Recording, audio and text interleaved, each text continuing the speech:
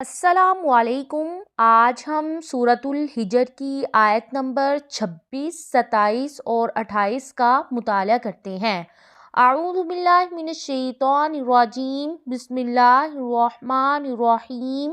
وَلَقَدْ اور البتہ تحقیق، خلقنا ہم نے پیدا کیا، الانسان انسان کو، من صلصال کھنکھناتی مٹی سے، من حمأ کیچڑ سے، مسنون بدبودار۔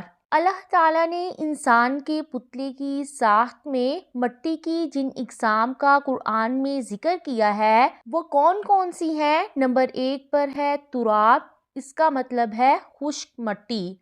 نمبر 2 طین یعنی بھیگی ہوئی مٹی، اور نمبر 3 حمأ مسنون جس کا ذکر اس آیت میں بھی ہوا ہے، اس کا مطلب ہے گوندی ہوئی بدبودار مٹی۔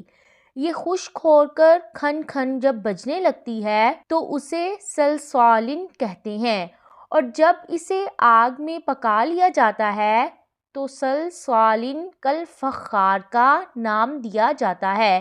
اس سے معلوم ہوتا ہے کہ آدم علیہ السلام کا پتلا حمأ مسنون یعنی گوندی ہوئی سڑی ہوئی بدبودار مٹی سے بنایا گیا ہے۔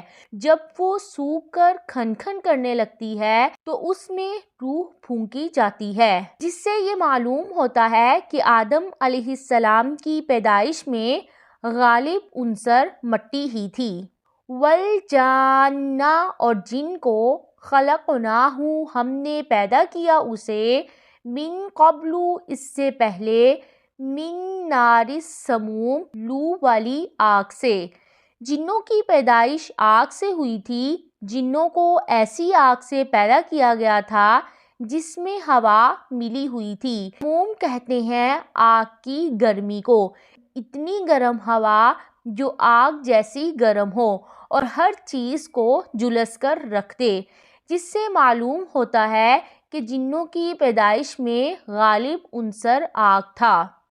ابلیس اصل میں جنوں کی جنس سے تعلق رکھتا تھا، مگر اپنی ہمہ عبادت گزاری کی وجہ سے فرشتوں کی صف میں شامل ہو گیا تھا۔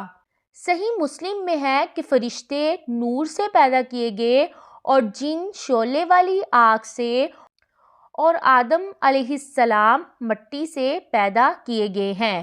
وَإِذْ اور جب، قَالَ فرمایا، رَبُّکَ آپ کے رب نے، لِلْمَلَائِکَةِ فرشتوں سے، انی بے شک میں، خالق پیدا کرنے والا ہوں، بشرا ایک انسان، من صلصال کھنکھناتی مٹی سے، من حمأ کیچڑ سے، مسنون بدبودار۔ جب انسان کا پتلا تیار ہو گیا تو اس وقت اللہ تعالیٰ نے فرشتوں کو حکم دیا، جب میں اس کی نوک پلک درست کر کے اس میں اپنی روح میں سے کچھ پھونک دوں تو تم اسی وقت اس کے سامنے سجدے میں گر پڑنا۔